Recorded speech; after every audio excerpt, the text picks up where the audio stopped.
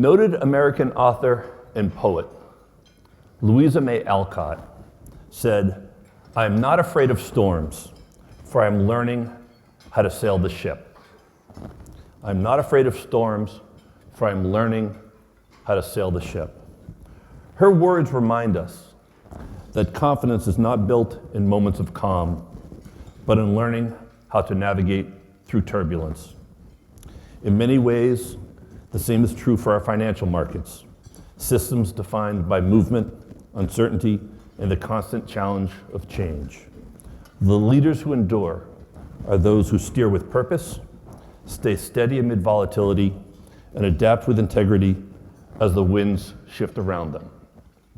On behalf of Boston College and the Carroll School of Management, welcome to the Boston College Chief Executives Club.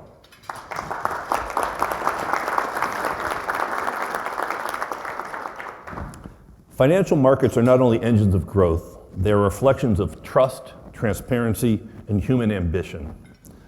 Nasdaq's evolution over the past 5 decades, from the world's first electronic exchange to a global technology company shaping the future of finance, exemplifies how innovation and resilience can coexist with fairness and confidence. And I'm sure we'll hear more about those themes today as we host one of the most respected and forward-looking leaders in global finance. We're thrilled to announce our first 2 events of the spring semester. We'll next gather on February 5th of 2026, oh my, when we welcome JetBlue's President and CEO, Joanna Geraghty. She'll be hosted by Massport CEO Rich Davey. There's really not a lot going on in that industry, so I suspect you'll need to do a little research to come up with some questions in case the flow stops. We're also excited to announce that we'll be hosting Borja Brenda, the President and CEO of the World Economic Forum, on February 26th. We will have more announcements for the remainder of the spring in the near future. Now for today's program, our host is of course Reshma Kewalramani, President and CEO of Vertex Pharmaceuticals, one of the world's leading biotech companies. Under her leadership, Vertex continues to pioneer transformative therapies in cystic fibrosis and other serious diseases, while expanding its reach through groundbreaking work in cell and genetic therapies. Reshma is widely recognized for her scientific insight, business acumen, and her deep commitment to improving patients' lives. She earned her undergraduate and medical degree from Boston University and her MBA from Harvard. Finally, our keynote speaker is, of course, the chair and CEO of Nasdaq, Adena Friedman. Adena joined Nasdaq as an intern in 1993, was promoted several times over the next 18 years, ultimately making her way up to the CFO position. She departed Nasdaq for a 3-year stint with the Carlyle Group, where she served as CFO and managing director, before returning to Nasdaq in 2014. She was named CEO in 2017 and chair in 2023. Behind her vision, Adena has led Nasdaq's transformation from a market operator into a global technology powerhouse, advancing transparency, access, and inclusion across the financial ecosystem. She serves on the board of the Federal Reserve Bank of New York and Vanderbilt University, and is consistently recognized among the most influential leaders in business and finance. She earned her BA from Williams College, her MBA from Vanderbilt, and as the horn suggests, it's time to welcome Adena and Reshma to the stage.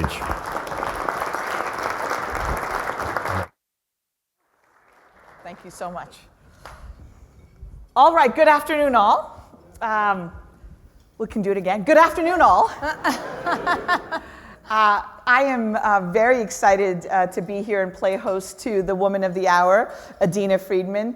I'm sure everyone knows the name Nasdaq, but I hope what we can do in the next 30, 40 minutes is learn a little bit more about Nasdaq and the inner workings, and hopefully get a little of insight into Adena and her leadership style. So if you're ready, we'll get going. I am told that we will end exactly at 1:45. So keep me honest. I'm going to make sure I leave 15 minutes at least for questions. So I'm going to get going, and I'll ask you, maybe Adena, tell us a little bit about Nasdaq. It has moved from the first digital operator to a very large company that is interested in all sorts of things beyond being an operator. Tell us how you see Nasdaq. Great, thank you. Reshma, it's so nice to be here with you. Oh, thank you. So, well, thank you very much for hosting me. Nasdaq today is a technology company that serves the global financial system, and we do that really in three key pillars. The first is in markets and market modernization. We operate extremely modern markets. We also provide technology to 130 markets around the world to allow them to modernize their markets and their economies. And then we provide key trade infrastructure technology to banks and brokers around the world to help them navigate the capital markets. And so that's kind of one key pillar of our business. The second key pillar is really to fuel the innovation ecosystem. And there, of course, we have our great markets with our listings business. Vertex is a wonderful listed company, but we have, and we operate markets in the US and in the Nordic countries where we have great innovators who come to market and hopefully fulfill their dreams. But we also have an index business that's very large and scaled with the Nasdaq 100 and other index products that allow investors to interact with the innovation ecosystem successfully. And then our third pillar is building trust in the global financial system.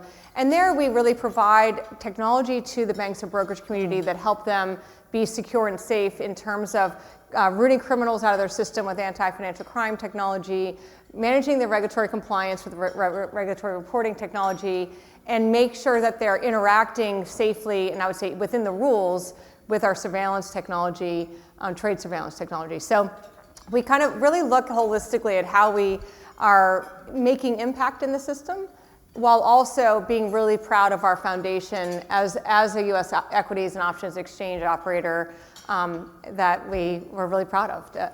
That's really given us the license to do everything else. Super. Adena, when people think about Nasdaq, one of the things that they think about is innovative companies. And while Vertex has been on Nasdaq for a long time, as entrepreneurs think about where they want to list, Nasdaq is the place they go when they are a innovative, on the cutting edge kind of company.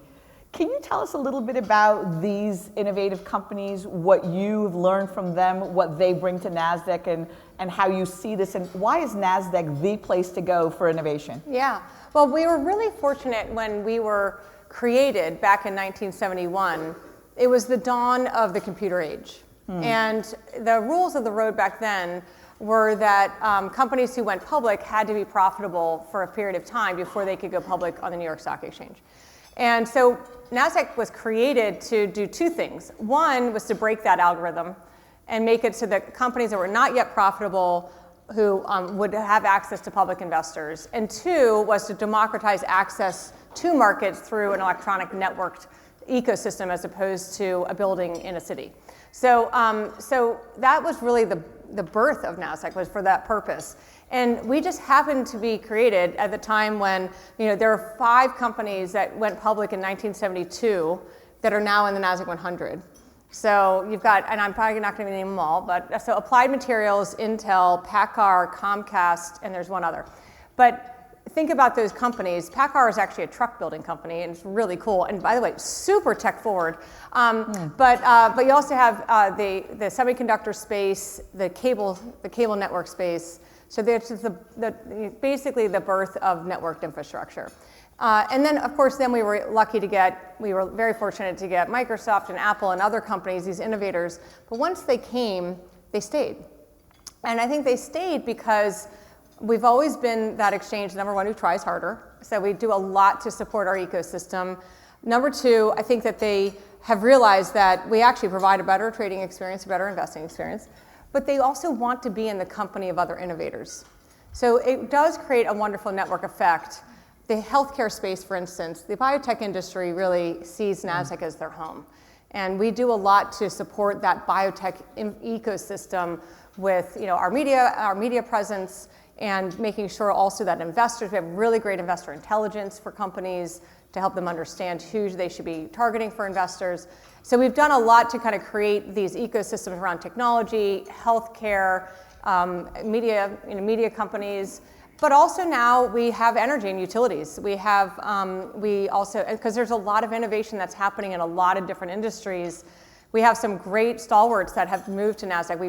We've actually moved $3 trillion of market cap from the New York Stock Exchange to Nasdaq by switching the companies. Wow. And they want to be a part of an innovative ecosystem. They want to be in the Nasdaq 100. They love our marketing assets, and they want to many times appeal to a younger generation. So it's become a big business for us.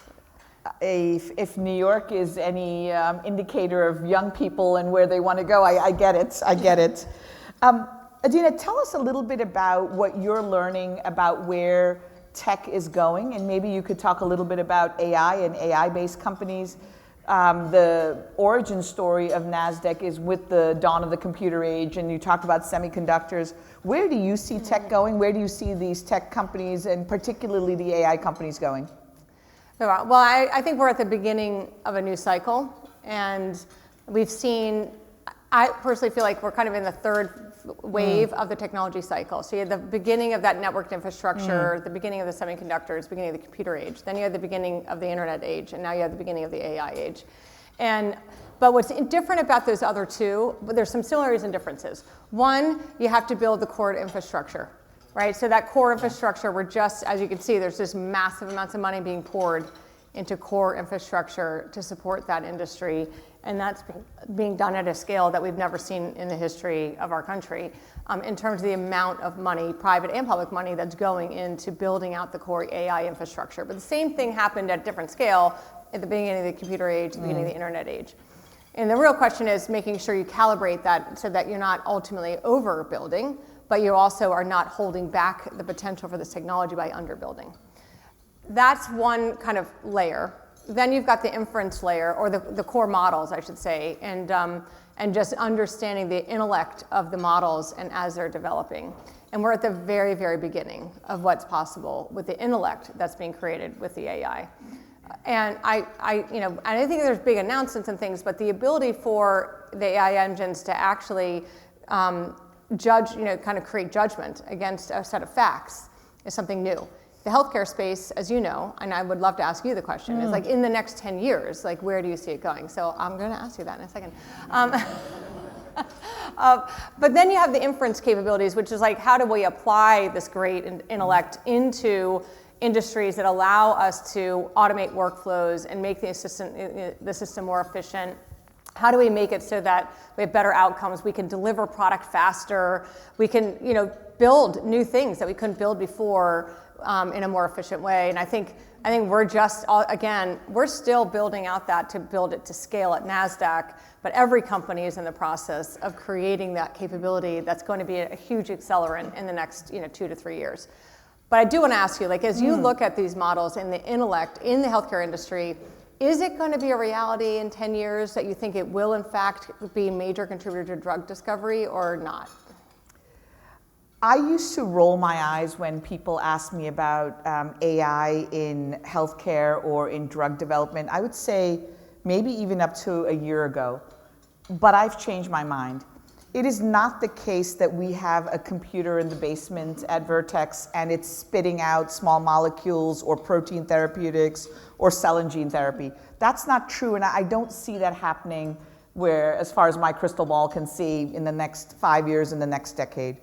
But what I do see is a lot of the more operational work that we do, it is moving very rapidly, and I would say it's changed dramatically in the last 12 months. I'll give you a simple example. One of the things that we do in drug development is after we do all of our work, discover the medicine and do all the trials, we have to file it with regulators. That file is 1 million to 2 million pages. Wow. It takes months. It would be fast if you could write that whole document in 6 months or 9 months. And there are people in this room who have the technology, and we are starting to use it, where the computer can learn, the intellect is there, you can feed it examples, and it can write the first draft. Seconds might be too fast, but minutes is doable. Wow. A human being still has to look at it and such. But talking about making an entire document of millions of pages from months of human labor to minutes, I do see it rapidly changing. But I still don't see a computer sitting in our basement spitting out medicines for us in the near future. I'll ask you again in 5 years. Yes, yes. But actually, that is the perfect use case that we see in our industry too. So one of the, I talked about the trust pillar of our technology. In the anti-financial crime space, where you're looking for criminal actors, you're trying to find the needle in the haystack through alerting to the banks. And then they have to go through the process of reporting all of that to the regulator. All of that workflow after the alert, the alert is generated through very advanced AI algorithms. So we pool data across 2,700 banks. So we can see information for the purpose of crime management that is allowable under the law to have a qualified third party do that. So we can see the payor and payee information across 2,700 banks. We know patterns and practices of criminal behavior. We can model that through algorithmic AI to be very, very efficient in rooting out criminals. So you can take down the false positives just by the fact we have such a huge pool of data that allows the banks to be smarter in finding the alerts. But once the alert is generated, there's a whole army of people within the banks who go through the process of, oh, here's an entity, let me go see what I can find, let me determine whether or not there's a criminal history, whatever. Let me then write the report, let me submit it. And it's a lot of repetitive, really boring work. So that is actually we are in our systems now building out digital workers to automate large components of that that will make the entire process much more efficient. So we have that in 3 of our product areas, all the same. Regulatory reporting is such a perfect use case for it. It is such a good example because it is repetitive. It is. Large amounts of data are actually helpful to do something useful. Right. Yeah. And then I think it's actually going to make the governments a lot faster too in being able to process all of that, because they're getting that from 4,500 banks. So that is a huge body of work for them to receive it and decide what matters and what doesn't matter. So I think that the AI is just going to make the criminals are using this to take technology the best of its abilities. So we are trying to use it to the best of its ability on the other side.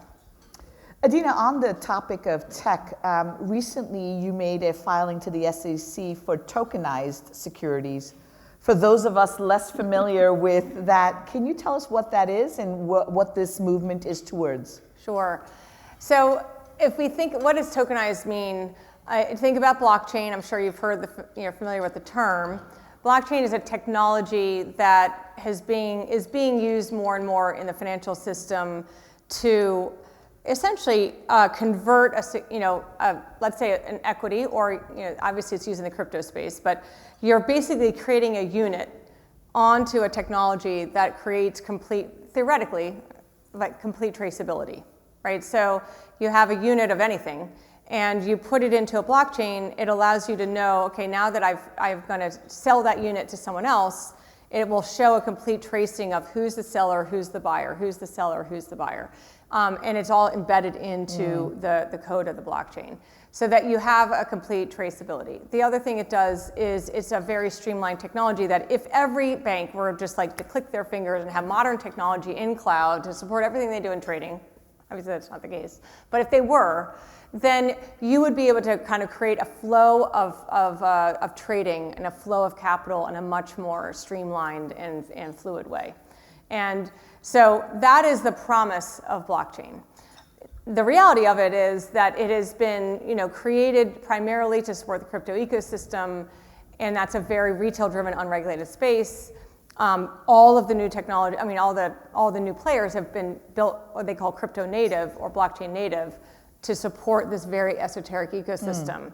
But what's happening now is that technology is saying, okay, actually, if we can use that technology to facilitate payment, I can break down a ton of friction in international payments, global payments. And it's not that I'm actually using crypto itself, I'm using a blockchain. The stable coin is essentially a blockchain version of a dollar. That's the notion of it. I realize that Susan's probably gonna have opinions on this, but it's a blockchain notion of a dollar. And that though then can flow from system to system in a much more streamlined way. So that's kind of let me just say, that's like, what is tokenization? What's happening now is that people are tokenizing treasuries, tokenizing money markets, tokenizing ETFs.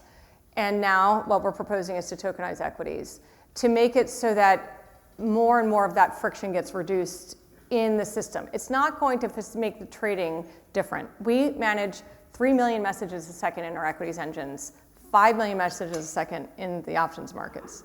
We manage 130 billion messages a day through our systems. It's an amazing creation. That is not going to be, you cannot put that onto the blockchain. Like the blockchain, the most efficient blockchain that's out there likely is somewhere in the range of 100,000 messages a second.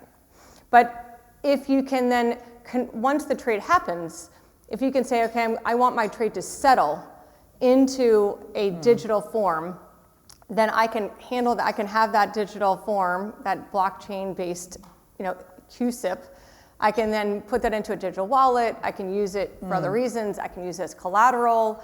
I can then create more collateral mobility. And then that really takes down a lot of trapped capital that's in the system that allows for trading to become more efficient. It's a big promise. It's a long road.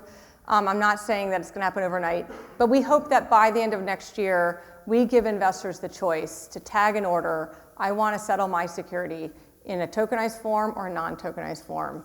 I want to hold my NVIDIA shares in a digital wallet next to my crypto, next to whatever else I'm trading in these retail platforms or in an institutional platform. I want to use that NVIDIA share as collateral. I want to be able to move that share as collateral or with another treasury or whatever it is, and you start to basically modernize all of those rails across the financial system. And I do believe it's going to happen.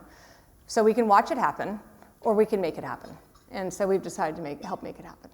Very nice. I hope Very that nice. makes sense. It's pretty esoteric, but I think everyone's learned something today, and we're all going to go off and buy some tokenized securities. one day, yeah. One day. Maybe one question more about Nasdaq before we move to a few leadership questions. How do you see the evolution between public and private markets? In biotech and in healthcare, we've gone through a rough period. Yeah. And it's been difficult to raise money in the public markets. How do you see it overall, and what do you see the relationship evolving to? Yeah, so I do think the public markets have been really challenged for the last 3 years. And I want to point to the fact, like, biotech has always been this really beautiful ecosystem. The public markets really are the private markets for biotech, and they have been in the past. The very early stage companies are able to come and tap public investors. We have a whole investor universe that builds these baskets of companies, and they're really smart, and they understand the portfolio approach to biotech investing. And it's a great ecosystem. But what happened on the back of the free money world of 2020 and 2021 was that the interest rates went up very quickly. And so the cost of capital just changed fundamentally in a very short period of time. And that made all investors go, whoa, I've got to reassess the current value of my companies because I'm basing my models on the potential future value of cash flows. And if those cash flows have a much higher discount rate, then the company's worth a lot less today. And so they had to kind of reassess the value of their entire portfolios. They started to be much more discerning as to, there was also a little bit of a gold rush feeling in 2020 and 2021, so they started to become a lot more conservative as to what they were underwriting.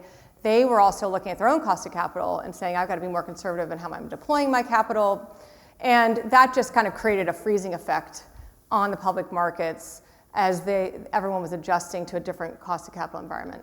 This year, starting last year and into this year, you started to see it thawing because I think people realize rates aren't going to go higher, they're likely to go lower, and they can adapt to a new world, and you saw investors starting to be willing to put more risk capital to work, and then April 2nd happened, which created a little bit of a shock factor. Then it starts to get back into motion, and now the government shut down. So we cannot get filings through the SEC. So just so you understand, the SEC has to approve all of them, and they can't approve anything if they're not working. so we actually were expecting a very healthy fall. We actually do have some biotechs coming out, and there's one that's coming out. They got approved through the SEC earlier, so they're able to get out. So we do, in fact, we finally feel like biotechs have a path. We feel like there's a really interesting portfolio of companies wanting to get out. So we just need to get the government back to work. And then I think we'll hopefully have a good end of year in first quarter and second quarter. from your lips to God's ears. Yes, thank you. But there is an issue. So I do think it was more cyclical, but there's a structural issue too. There's a lot of money in the private markets. It's a big difference to go from being a private company to a public company. It's too big. It's too big a difference. So one of the things we've been focused on with the SEC is what we say, Chair Atkins called it, make IPOs great again, sorry. But that was his mantra. We're fine to take that mantra on because we want to think about what can we do rationally to rationalize the disclosure environment, modernize the proxy process, and then hopefully change the litigation environment for public companies. Adena, maybe we switch to leadership and a couple of questions for you. I remember that you are a boomerang to Nasdaq. You were at Nasdaq for a long time, you left for a little while and you came back. Can you tell us a little bit about what you see in your return to Nasdaq? Tell us about the culture, the strategy. What are leadership lessons that have stayed with you? Well, I was really fortunate to have that opportunity to leave and come back because Nasdaq, when I left, Nasdaq was very much a command and control culture. And given what we do. What year was that, Adena? I left in 2011, and I came back in 2014. And Nasdaq, through its history, has always been a very command and control culture. And I think for a good reason, for a long time, because it's a critical infrastructure technology company. It, for a long time, was sitting under a not-for-profit, so it was kind of a weird structure. But that command and control culture works to a point, and then it actually becomes a challenge because it's hard to scale a command and control culture. So then I went to Carlyle, which is a hyper-collaborative culture. 3 founders, I had 3 bosses. It's a partnership. And it was, you never felt alone in making decisions. The one thing about the command and control culture at Nasdaq that I had, at least with the CEO, was the CEO did trust me. So he gave me a ton of responsibility. And so therefore, I was able to do a lot, but I was doing it very much on my own. I think at Carlyle, it was like everything's a group decision, and everything felt very good. And when you get to the decision, it's a really good decision, but sometimes it can take a long time. And in private equity, and up until that point, I would say that the private equity industry was, evolving very slowly. So you can do that, and you can have that kind of culture. But as you can tell, the industry was changing. I was there to help the company go public, so the company was changing. And so it was interesting to see the downsides to that. So when I got back to Nasdaq, I was able to kind of look at both and say, okay, what do we want here? We want to scale, we want to get bigger, we want to grow. We had not been growing, and we have to push decisions down. So we have got to empower our people to make decisions down further in the organization while still making sure we're making the right decisions for being a critical infrastructure provider and being hyper resilient. So we kind of came up with something called collaborative command. Or think about it like debate and decide, right? So allow for debate, allow for that to happen, but make decisions quickly and then empower your team. And empower them to make decisions, figure out what decisions really need to come to the top, debate, commit, and go. So that you can be fast, you can be nimble, but you allow voices to be heard, you allow opinions to be discussed. And we have certain things we do now. So we have something called a light bulb versus a mandate. If it's just an idea that's coming out of my mouth or anyone's mouth, it's a light bulb. And it could be a really bad idea. So open your mind and listen, but don't think that this is it. But if I really need to get something done, or any leader, then you can say, this is a command. Now, I almost never use that because I don't have to and it's not really necessary. But there are times when you have to say, this is a command because we've got to go get this done now. So that's one. And then the other is we use something called a hats exercise, so that we get everyone together when you're trying to make a bigger decision, and I make everyone wear different hats. So you can have the yellow hat, really happy, it's all opportunity. What are the great things that are coming from this? I think the red hat is danger. What are the things that could go wrong? And you put different perspectives in the room, and I make it so everyone has to wear every hat, because if you can definitely get really wedded to your view, but you forces everyone to go, well, there could be things that go wrong. Or, yeah, this is not such a bad idea. And then you decide. At the end of that meeting, you have to make a decision. So those are the types of things we do. Do you actually have hats, No. physical hats? I'm just making a mental note of what I need to buy. Though. We should, well, most of the time we've done a lot of these on Zoom because everyone's an equal box on Zoom, and you can have different levels, and everyone has an equal voice on Zoom, so we actually purposely use Zoom for it. We should use the virtual hats, though. We should like make little berets or something. There you go, there you go. Maybe one last question before we open it up to the audience. Looking ahead, what one challenge would you identify for all of us in the room leading small companies and big companies, for-profits and not-for-profits? What would you tell us about in that realm of challenge, and then maybe some advice to manage the challenge?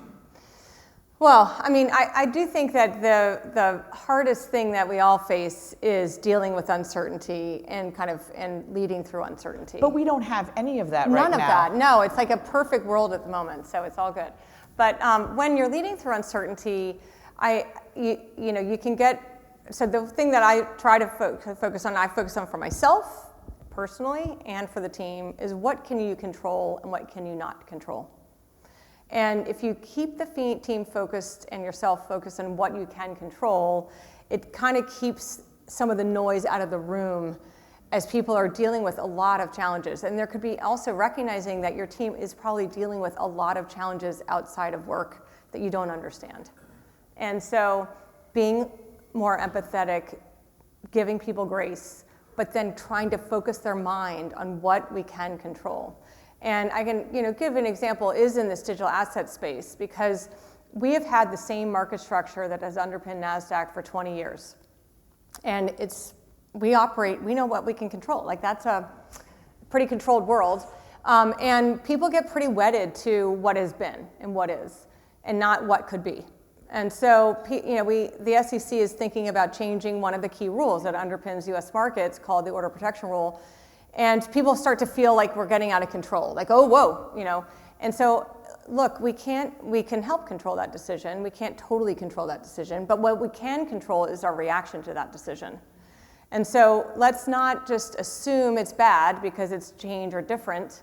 Let's understand what it is and what it isn't and how, and we are really good at what we do. Like, how is it that we can't be successful without that rule? In fact, I think we can be more successful without that rule, to be honest. So trying to change the mindset towards, but actually, let's focus on what we can control. Let's focus on what we're going to do. That's what we really spend a lot of time on. Very nice. Exactly 15 minutes for the audience for questions.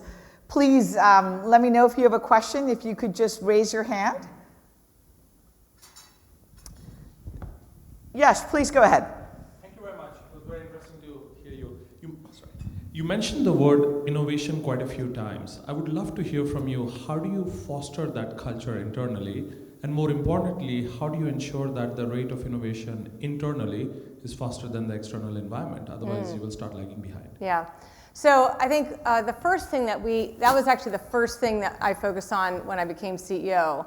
Because we had gone through a period of really making sure we were shoring up our resilience as a company, as an exchange, and we'd become very insular a bit in terms of that resilience. So when I came back to Nasdaq and I started meeting with clients, what I would hear is the following. Like, this is a perfect example of a market technology client where we provide technology to their market and they run their market. And they said, look, we love your solutions. They work really well. They're hyper secure. They're excellent. But when we want to change your solution, I could birth an elephant faster than I can get a release out of Nasdaq. Okay, so like, ooh, that's a long time, by the way. Elephants have a long gestation period. So, and so I use that as kind of a catalyst to go back to the team and say, they think they were like, but we're really resilient. We're really good at what we do, and a little bit of hubris, in that comment.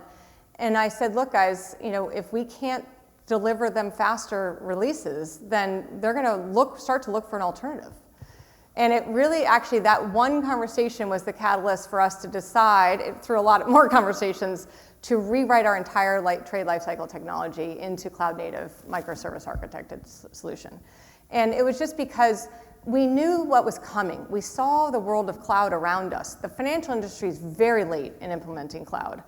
We were actually an early adopter of cloud. We had moved a lot of our surrounding systems outside our matching engines to full cloud technology, but we had not changed our trade infrastructure technology into that architecture at all. So we launched a campaign, a whole internal program.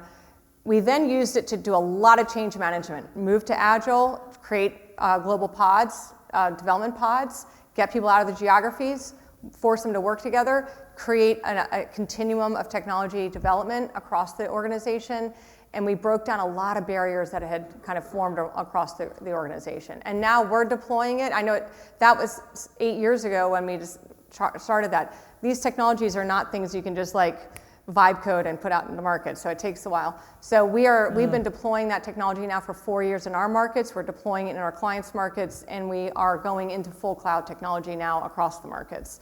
So it's been a big game changer. So you listen to your clients. That was a CEO mandate. That was, I'm sorry, but you cannot sit here and tell me why we're so great. And force them to realize what could happen if you don't act. And then we had to change some people.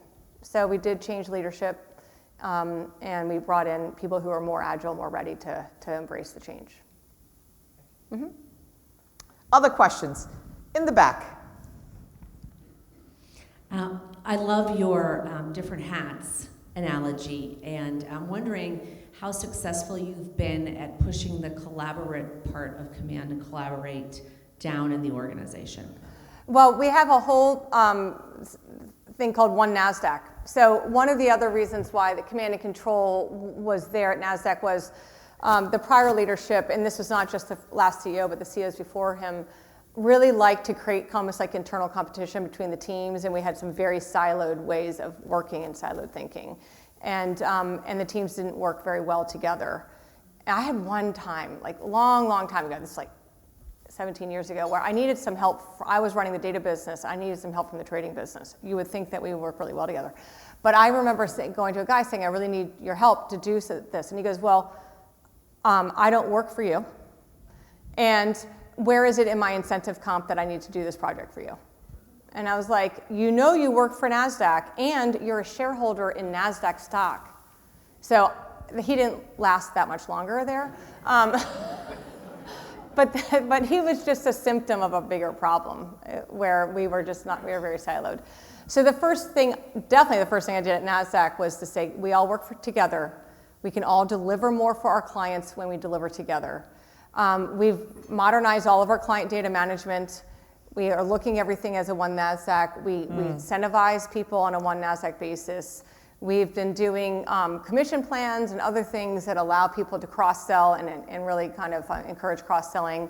And we talk about One Nasdaq. We communicate together, we collaborate together. The employee networks have been really helpful. We have 12 just internally created employee networks that bring the teams together across the world and create shared cultures and experiences. And all of that has been a big part of creating that One Nasdaq. And I think we still have more to go, but it feels pretty good. Nice. We have time for one more question in the back. Just curious your announcement on the tokenization of stocks and what sort of feedback from the industry you got. How ready are custodians and banks to adopt this? Or some of them going to get disintermediated in some way, or not ready to be in this new world of settlement that's instant? So, before we made any sort of announcement, we've been working with two different players to understand what would be possible, and are they ready to work with us and go down the road with us. One was DTCC, which is the central clearing and settlement utility of the United States for securities. And the other was BNY, the Bank of New York, because they're a major custodian. And just to understand what our choices are, because there are two different ways that we could take this path, and we want to maintain those choices.